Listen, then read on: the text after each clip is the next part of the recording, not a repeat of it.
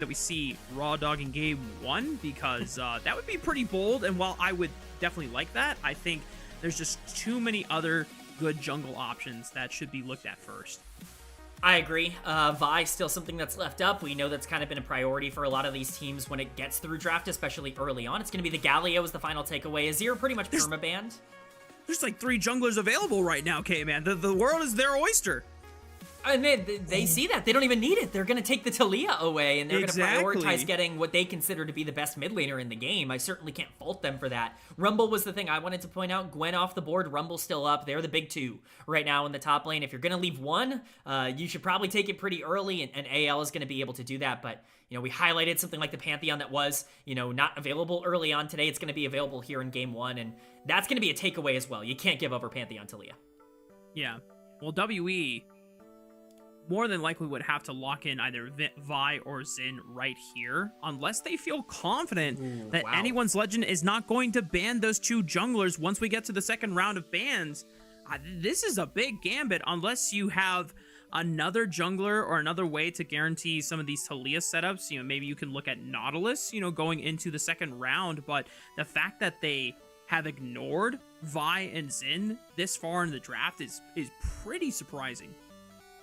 What this shows me is that they really like their options. They like all of the things that are available to them at this point, and they feel like they have a couple that they can go towards, especially with something like Kai'Sa down in the bot lane for Taeyoon. Like we talked about, you know, him being such a primary piece for this team, something that, you know, they really want to play for, and they kind of showcase that. I expect this to be Xin Zhao Vi bans coming in stage 2, but that does leave some options open, and with the Annie as the answer here on red side as the mid lane, it's definitely going to be intriguing whether or not they want to try to play more aggressive. Again, with Annie, one of the lanes we traditionally, I would say, see Annie paired up with is the Nefiri. That's kind of the jungle mid duo that has become very common for both of those champs, but Annie does similar things. It sets up aggression. If you want somebody to be able to, you know, punish aggression that's not really Annie, but setting up your jungler to come in and take over the game, that's what she can do, and that's what Shanks' role will be here, so we'll see what jungler eventually they want to try to use to punish that.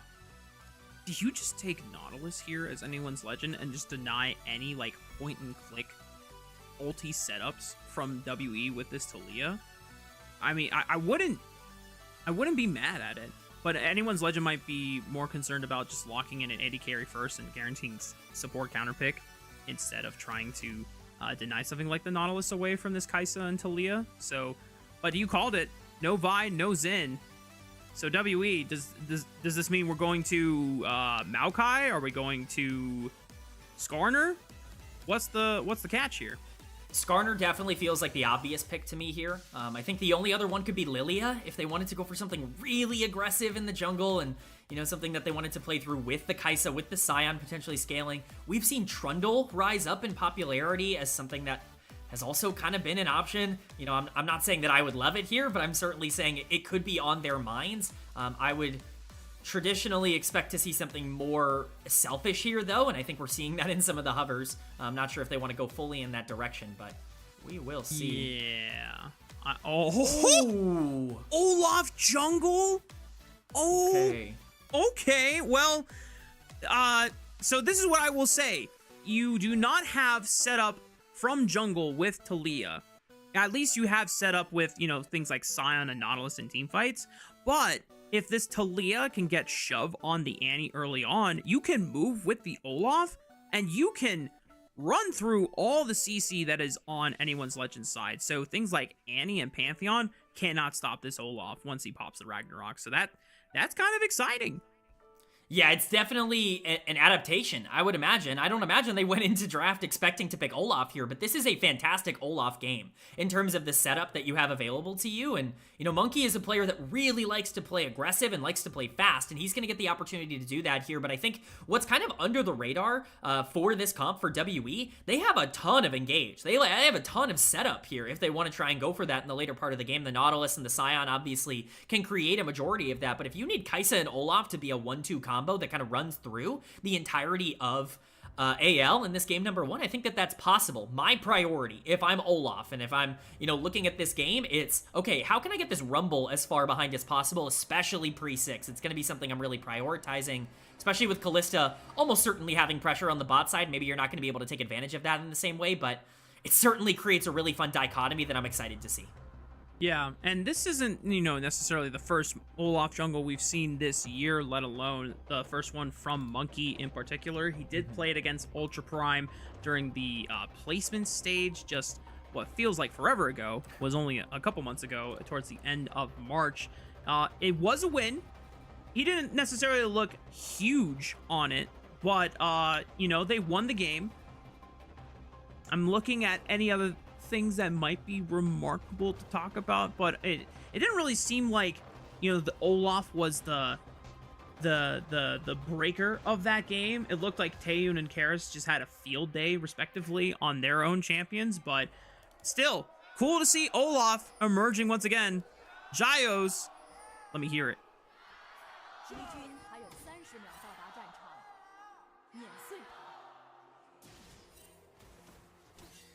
And we got him. We got him coming out. We got some cheers for this one, and Woo. I'm excited. I know the crowd is excited as well. A lot to like about these two different drafts. I think AL is in a pretty interesting position. This comp falls off incredibly hard in the late game, even with Rumble's level 6 coming in. Like, the level 11s, you can traditionally count on it, but they need to make some plays happen early. We've already got some action. Tarzan potentially looking. Oh, decimating smash. Oh, it doesn't find anyone from Q, but Dredgeline right on top of Kael. He's forced to flash away, but Vampire goes too deep. Yeah, that's first blood going over to Tarzan's Pantheon.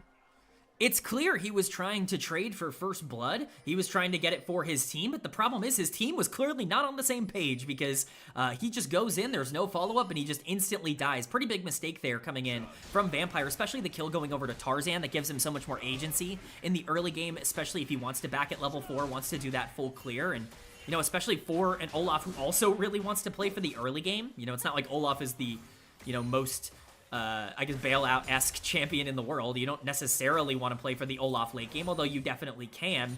It's nice to have that extra influx of gold. But as I was saying early on, I expect Tarzan to be pathing around to the bottom side here to try and protect his Callista, and I would expect the opposite, for Monki, and that's exactly what we've seen from the two starts here. Yeah. It has been a hot minute since I have seen, Olaf be at the forefront of jungle meta in the past.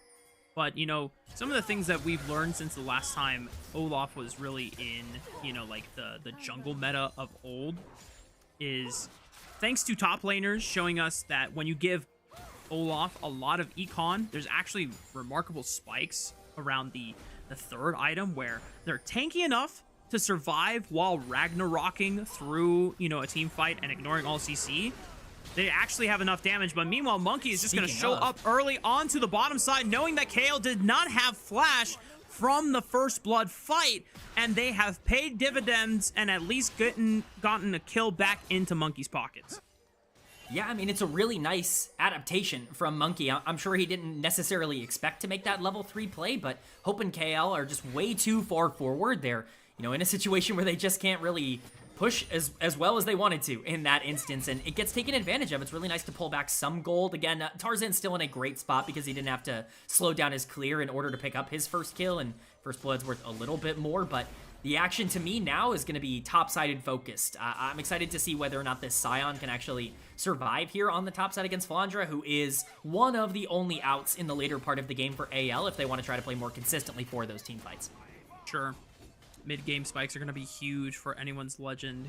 Scaling-wise, not going to have that much power as you already have kind of told about some of the concerns for anyone's legend later this game goes on. WE shifting up their bot lane to the top side of the map. Does Vampire actually want to stop this recall? Dredgeline on the tower. But now anyone's legend with priority are invading onto this Olaf. No flash available. And since he already popped Ghost on the bottom side, it's an easy pickup. And Tarzan now 2 kills on the Pantheon. Yeah, it's a really nice find. It's just understanding that, in terms of timing, especially after the gank, he's still going to be on his camps. It's a nice find for Tarzan that he gets basically for free. This is now a 2-kill Pantheon who's up in camps, who is, cleared a lot quicker here. So I'm really excited for Tarzan to be in a really good spot here. We talk about how that's really the pivot point for AL, and I think he's done a good job of establishing that. It's really just about what he does with it at this point. Again, I don't think either of these teams are necessarily looking at the late game and feeling incredibly comfortable, but WE probably have a few more tools available to them, and so for Tarzan to be able to run this mid game, I think, would kind of put AL over the edge. Yeah. And it's just really smart understanding of Tarzan, as you called out, the fact that Monki showed early on the bot side, having only taken 3 camps. Where else is he going to be? Top camps that have not been taken yet, right? And because Tarzan did not make any early plays and just immediately beelined after his full clear, it's a great way to continue tracking this Olaf, who, without Ghost, and if you bring more numbers to the party, even though Olaf should be able to stat check a lot of champions, you can't stat check 1v2 all the time. So yeah, I want to see how much more Tarzan can continue putting a stranglehold on Monki in this game. Well, that's the thing, right? Is like you talk about stat checking for Monki. Well, you can't stat check a Pantheon, especially a 2-kill Pantheon who's up a bunch of CS on you right now. So it inherently just becomes more difficult. Nice dodge there by Hope. Could have been a pretty scary play with Monki in the area, but he's going to get spotted on the ward. Really nice ward from AL. To be able to make sure that they can catch out that Olaf. They would have been in a pretty precarious position without it because Tarzan is taking Dragon at the moment, but because they see him, it's actually Dragon for nothing, with Grubs, again, being delayed. I know a lot of these teams' timers are still a little bit, you know, behind in terms of how things are getting adjusted. It's just a free objective coming in from AL and nothing else to take on the top side for WE. And this is exactly how Tarzan wants to be able to play the game. You know, if Tarzan gets to live in a world where his lanes are self-sufficient, even with jungle intervention from the enemy team, Tarzan is the happiest man on Earth, because then he plays for his own self-economy, but he's still able to find windows where he's getting massive objective advantages for the squad. It is pretty much the ideal way for... I feel like a lot of junglers at the top level are playing on their respective teams. If you look at Canyon and how he plays for Genji, that's, you know, kind of the MO for him. Peanut, probably a little bit more selfless and playing a little bit more for, you know, team advantage, but is still having the freedom to do that because you have players like Zeus and Zeka and Viper on your team. And with anyone's legend, you know, the story is very similar. Shanks, Hope, Flandre, and Kael have proved to be some of the best players in their role. And when you can do that and you have these self-sufficient lanes, even when junglers come, you know, looking for a gank or upsetting with some volatility on their side and they dissuade it, Tarzan gives you the entire world in response. Yeah, I mean, Tarzan's been unreal for anyone's legend, and it's not just AL. He was incredible for Weibo Gaming. Last year, you know, he received some criticism on LNG, but that team had a ton of success with him as well. He's just always been successful no matter where he's gone, and it's because of these consistent plays that he's able to make. I think the number one thing I want to point out here, Monki just hitting level 6. There was a gigantic period, about a minute and a half there, where Tarzan was level 6 without Monki even really being close. And so, you know, we'll see what this Pantheon wants to do with his first ultimate of the game, if he wants to move around the map and play a little bit more eager in that front, or if he just wants to wait for these grubs, which are spawning in about 10 seconds, to try to fight over them. It looks like AL definitely want to set up around these as they try to pressure out the bot lane, which have taken residency in the middle of the map. It's so crazy that Tarzan has a gold bounty on his head, Kman. This... wow. The 8-minute 200 gold bounty for Tarzan here with the 2 kills, but he should just be able to start up these grubs entirely for free. There should be almost no way for WE to try to make their way into this. We've seen some teams contest these grubs and throw it away multiple times across the past couple of weeks, and we'll see if WE want to try and change their fortune here. They're definitely daring them to. Kael is separated on the other side of the Weaver's Wall. Here comes the Scion Cube, lands the knockup on top of Flandre. He is in trouble. The bailout comes through. Equalizer over the top, and Vampire could be the first target to fall. Tarzan locks him down with the spear shot. Big Tipper stun from Shanks as they are running out Monki even through the Ragnarok. It's a double kill for Tarzan. He's looking for a triple kill. Tarzan is fed as all hell, baby, and anyone's legend is just going to rally behind their jungler to victory. Well, this is a bit of a scary proposition. If you're WE, you are staring down the barrel of a Pantheon who has 5 kills at 9 minutes into the game and is up 30 CS. I mean, this is just about as terrifying as it could ever possibly be for this team, and that fight ends up going drastically wrong. Once again, it was kind of what I highlighted before the play, where it's just, once this team establishes pressure in the pit, it's so hard to get in. You know, Karis ulting his team away from the pit was certainly an interesting choice. It really felt like they just wanted to try and get onto Flandre as much as possible, but the Rumble is still not online. Like, this isn't a priority target to be able to take down, and the moment that you expend all of these resources to kill a Rumble, all of a sudden, the rest of the team just gets fully unleashed in the rest of this fight. You know, Kael with a really great job pulling Q back, but a triple kill for Tarzan ends up making this game even more difficult because, reminder, he can be anywhere on the map that he wants to be with that ult. And now he has a Sunder Sky and a pickaxe at 9 minutes into the game. So, yeah. When we talked about stat checking, and we were already concerned that Pantheon could stat check, you know, an Olaf pretty easily, I don't think there's anyone that can stat check this Pantheon anymore. I don't even know if you can beat a Pantheon in a 2v1 scenario. I guess it would depend on, you know, the setup that you have. But good initiation or a pick from Karis. Burned the flash off of Kael's Renata Glass there on the bottom side, just looking for a quick flick. Second dragon of the game spawning in 40 seconds.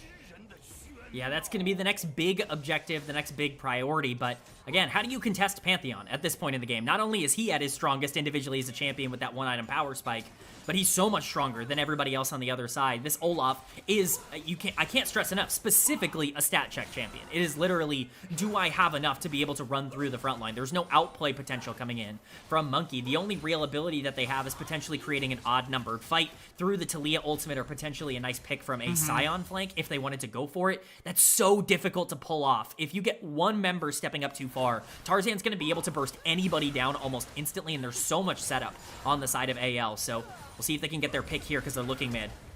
Oh, okay. Hex Flash from Vampire gets the dredge line and flash out of Hope. So this Kalista will be a little less safe going into this second dragon fight. Tarzan is seen on the right side as WE have snuck their way into the banana brush. Tarzan should know that there's members there, but he eats the damage with the empowered E, but he's still taking a lot. The bailout survives and allows him to get out alive. Equalizer gonna cut off the escape route from Karis. Cube trying to buy time. Taeyoon using the killer instinct to reposition himself, but Tarzan shows up once again thanks to the Grand Starfall, and another fight that seems to start out well for WE ends in dismay, and anyone's legend ride the coattails of victory.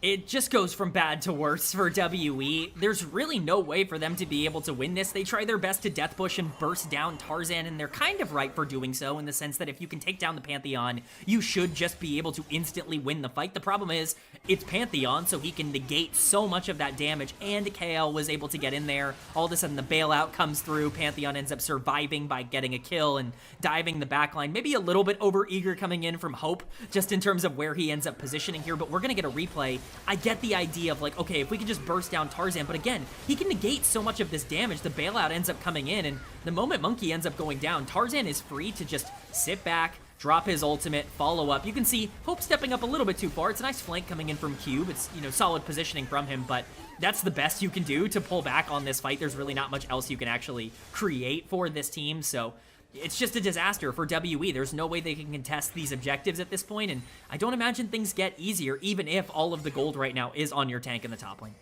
Yeah, the only credit I can give the team WE is that with how bad these fights have gone through for their sake, I would have imagined anyone's legend being at a higher gold advantage than they are right now. It's only like 2,000, like barely above 2,000. It's not the worst case scenario. Team WE could still be within striking distance if they're able to get different items on their side. And Kaisa does become scarier the later the game goes on. But no one has dealt with this Pantheon yet, Kman. And, you know, their first attempt in trying to lock him down does not go well. He's got a big bounty shutdown on top of his head. He's a few hundred gold away from being able to complete his Black Cleaver. And at that point, I think Tarzan just continues to solo run the map. That's the problem, isn't it? That AL can kind of take whatever fight they want to take right now. Really, everything is going to be started on their terms. I think you highlighted it well, though. I really like the call out that the bounty does exist for Tarzan and that Kaisa is a potential win condition. If by some miracle you're able to get a 700 gold bounty onto the Kaisa, I don't know, things can start looking a little bit better for WE in that instance because you do still have that scaling win condition. Really, there's nothing on AL that scales particularly well into the late game. Kalista, Annie, you know, Pantheon, not kind of known for their team fighting, especially if they're going to try to play front to back. But on the other hand, if you don't get that shutdown, and even if you do and it doesn't go on a priority target, it doesn't really matter all that much because you're just not going to have enough damage to break through. So we'll see what play WE want to make. No real objective to force at the moment. Herald is up in 30 seconds, but It's just going to be AL once again utilizing that Pantheon ultimate to establish pressure not only in the mid lane, but translate that into getting pressure fully over top river so that that Herald could be theirs. Yeah. Not going to find anything advantageous against Taeyoon in terms of burning a summer spell, or at least, you know, getting him to feel some sense of fear. Oh, we got to pause. Okay, well, Hope did cast Fate's Call. Gonna get a quick shot of Tarzan taking a sip, and unfortunately, well, he's not hurt, right? Maybe he was just yawning or something. I certainly hope so. Yeah. No, the way that he was, like, you know, stretching his elbow, and then there's like an expression of like, he overdid it, you know. So I got panicked, you know, or I got scared. I wanted to make sure that anyone's legend is still operating on full cylinders, because it doesn't look like the pause came from their request. It might have been a Team WE request, since the rest of anyone's legend is just straight up chilling. Yeah, we'll see here. Obviously, a lot can go wrong in League, so we'll have to get an idea of just where the problem ends up lying. But in terms of the setup that we had right before that we got the pause, it was honestly looking okay for WE. They got position on the ground. The problem is that one big knockup from a Fate's Call coming in from Hope, and Kael could immediately turn that in their favor, so we'll see how that ends up landing. But the game plan at this point for WE is, how do we kill Tarzan? How do we get this guy off the map and off the rift? Because if he's on it, I'm not really sure they're able to win any of these fights. Well, folks, I'm not gonna lie. We have no idea why there is a pause, and that is one of the woes of being only a unofficial co-stream broadcast, is we're in the same boat in darkness as y'all, so we're gonna be chilling for a bit. Oh, big! We're back! Oh, we're so back. All right, huge. All right, we will see here what they want to go for. The Herald has been started here by WE, and they're bursting it down pretty quickly. Remember, Tarzan already used ultimate. We'll see where the fight wants to be started. I mean, credit to WE. They were able to get a nice pincer on anyone's legend, forcing Hope to go over the wall with Fate's Call, and Tarzan was caught on the other side of the Weaver's wall, so anyone's legend did not feel safe in being able to walk up alone. I will say that while Tarzan is very, very strong on this Pantheon, I think anyone's legend is still just respecting the amount of CC and team fighting power that WE have on their side, and it just not risking it by trying to contest the Rift Herald. Yeah, I mean, it makes sense as Flandre. Oh my god, so much damage!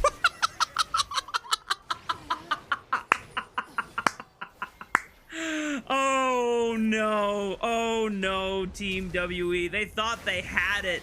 Being able to turn it around, Flandre and Shanks just roasting them both on a spit. 2v2 solo kill as Cube now forced to run away. Tarzan was willing to burn his flash just to cut off the escape route, but doesn't get a chance to lock him down. Flandre TPing to the bottom side of the map. Kman, that was definitely one of the most entertaining moments I have seen from this split so far.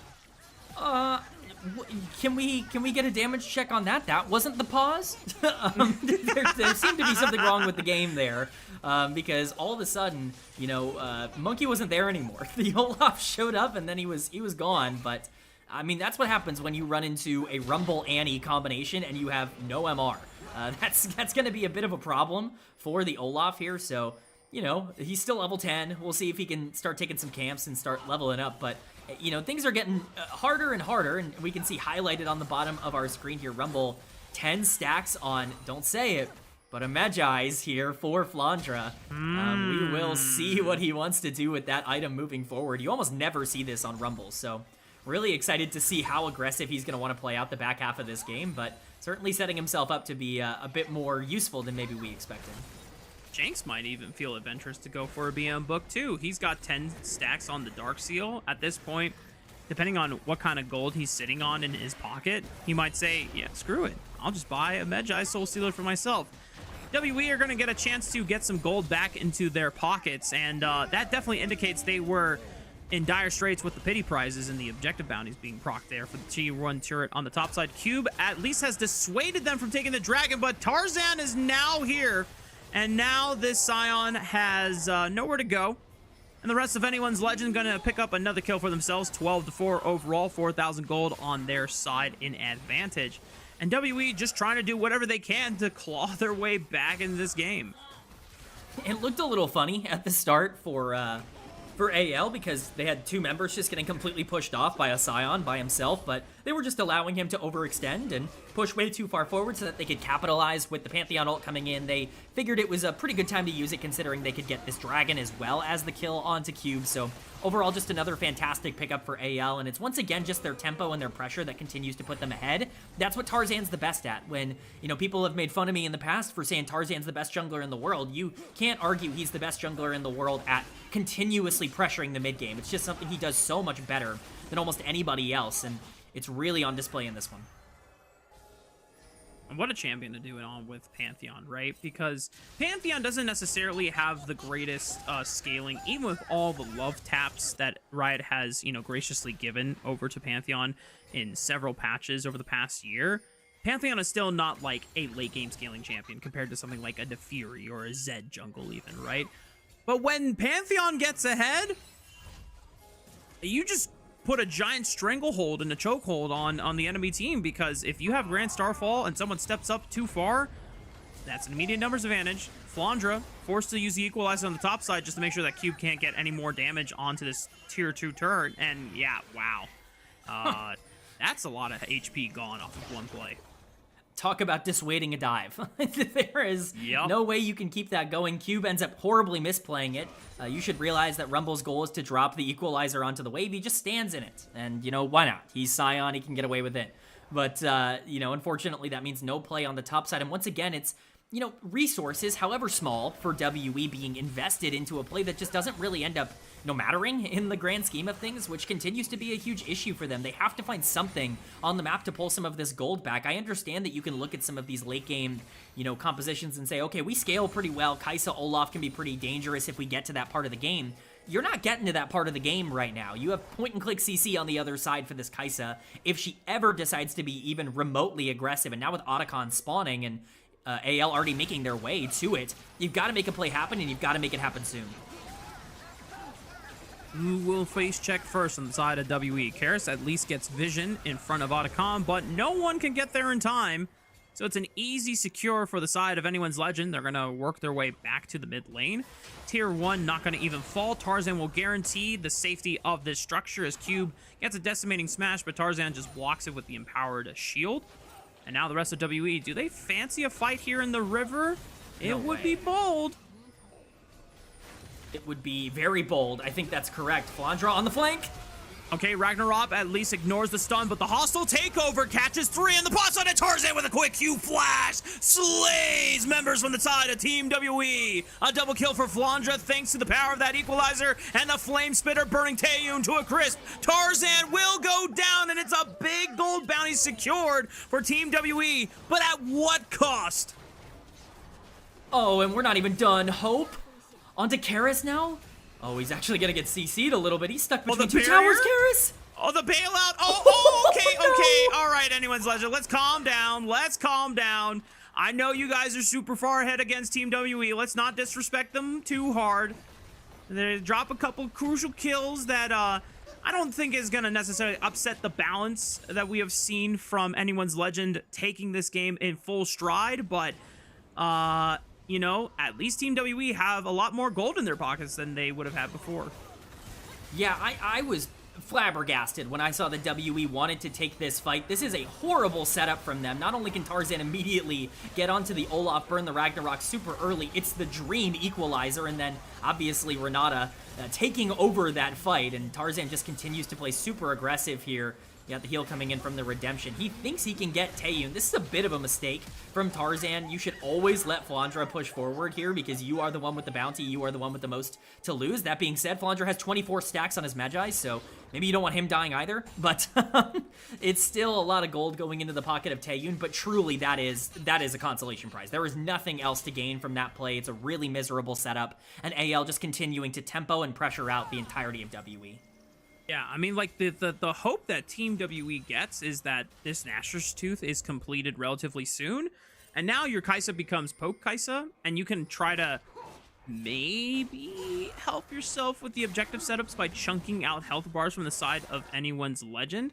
There's no real frontliners for this squad, right? Because Pantheon's a bruiser, not a tank, and Renata's a support enchanter, not a support tank either. So, I mean, like, if we really want to talk, like, win conditions here, it is the Kaisa, right? And anyone's Legend did kind of give her a 1,000 gold bounty back into it, but they're going to jump right on top of Monki, and Taeyoon is trying to kite this one out. Monki already losing so much HP off the back of Tarzan's engage. Rest of anyone's Legend trying to corral them in. Weaver's Wall will at least cut them off from one side or the other, but Taeyoon getting jumped on by Tarzan, tries to escape with the Killer Instinct, but he's got nowhere to go because he just jumps into the rest of the team. WE are just scrambling for scraps, but they're the only ones getting killed in the aftermath of these fights, and anyone's Legend just going to corral them all one by one. Cube is the last one standing. Not a single member drops from the side of anyone's Legend. 5 for 0 ace, and that's the sold for theirs to claim.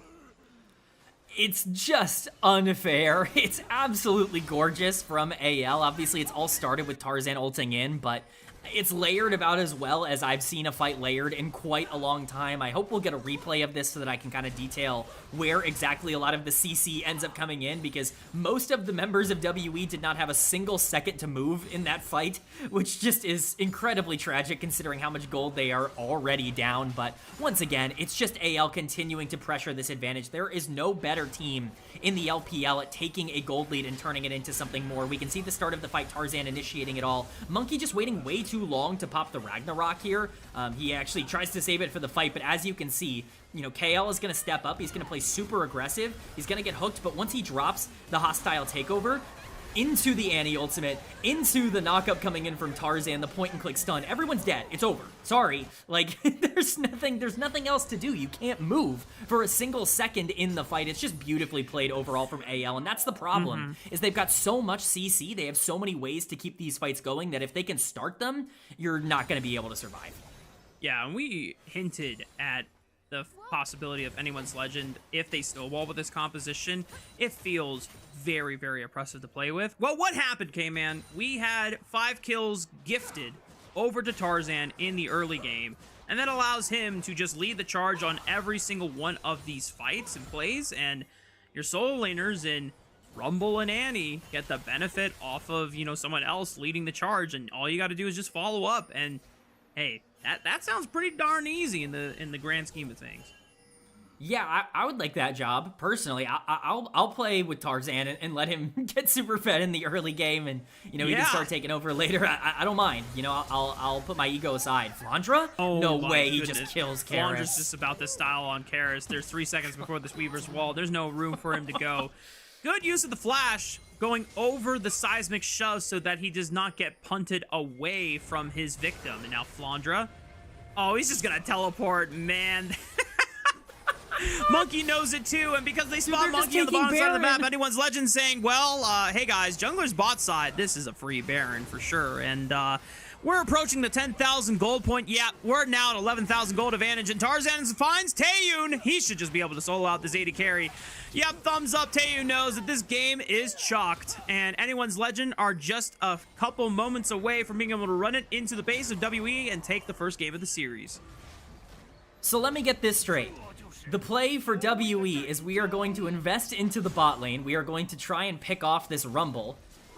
It ends with the Rumble getting a solo kill, with AL getting Baron, and then your AD carry getting caught in the middle of the map with no one else around. Yeah, not looking particularly good for WE. Not the play I would have made. Double inhibitors falling here mid and top, and they can keep going. It looks like they do want to try and push to end the game, but are they going to be able to do that? Death timers are very short. Taeyoon up in 5. AL are definitely going to try. It is 2 seconds before Taeyoon respawns, so they'll have all 5 members. But look, Hope is just autoing the Nexus Tower without any challenge, so WE are going to really wait until the very end. Hostile takeover is ignored by the Unstoppable Onslaught. Nice buffer there, but it's still a solo tank without any damage members really being able to hit the front line, because Tarzan is just solo tanking with this Pantheon. Flandre goes gold, and the Flame Spitter cooking WE members alive. Another 5-4-0 ace, and if that doesn't show dominance, I don't know what does. Anyone's Legend take the first game of the series.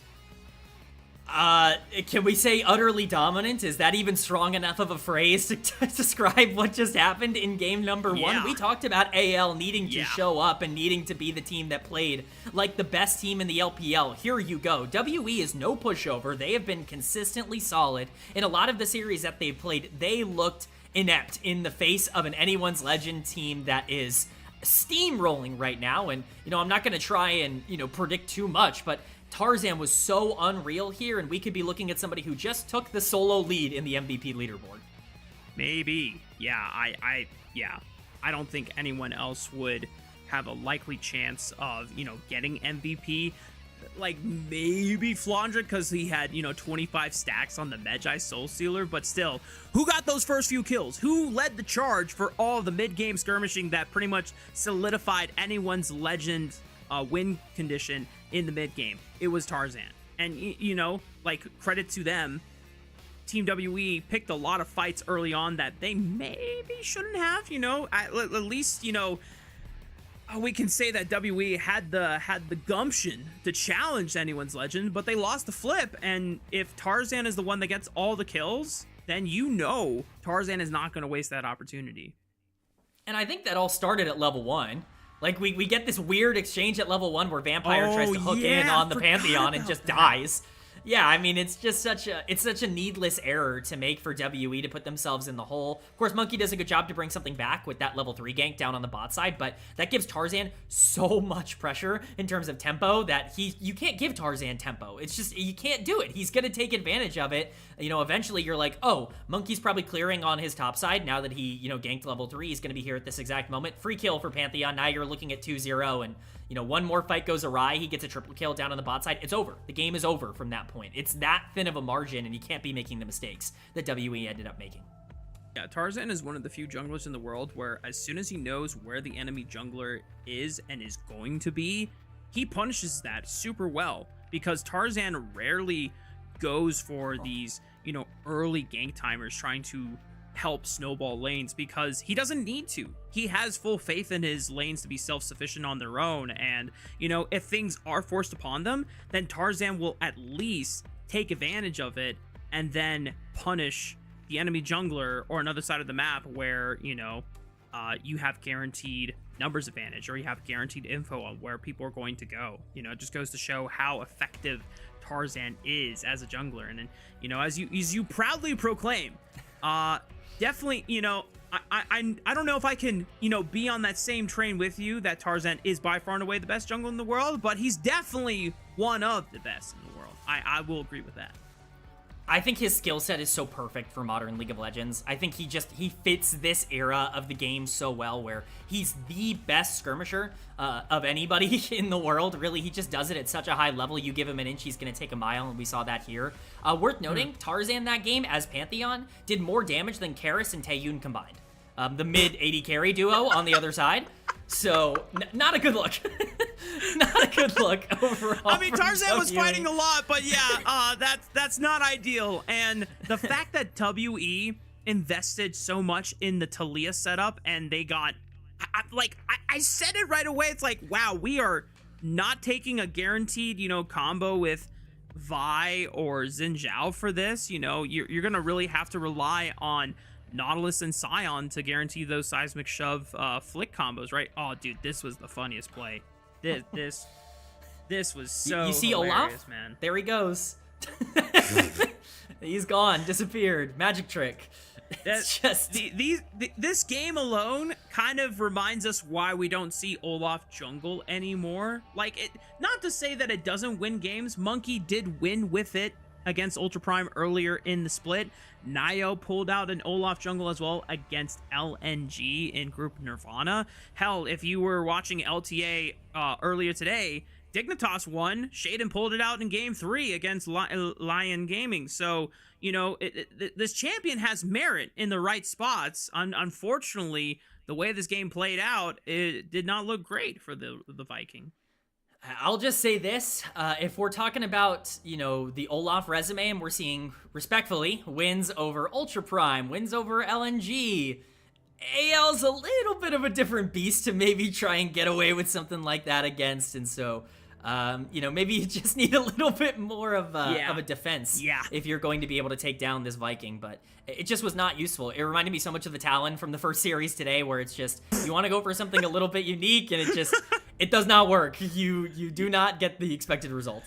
Oh, the flashbang of mentioning Kanavi's talent earlier today is quite traumatic. I think the funniest comment I saw regarding that was, someone saying, actually, I hope we see more Kanavi talent, because then it guarantees top esports don't go to another international. I'm like, wow, that is some insane hating behavior. But I can't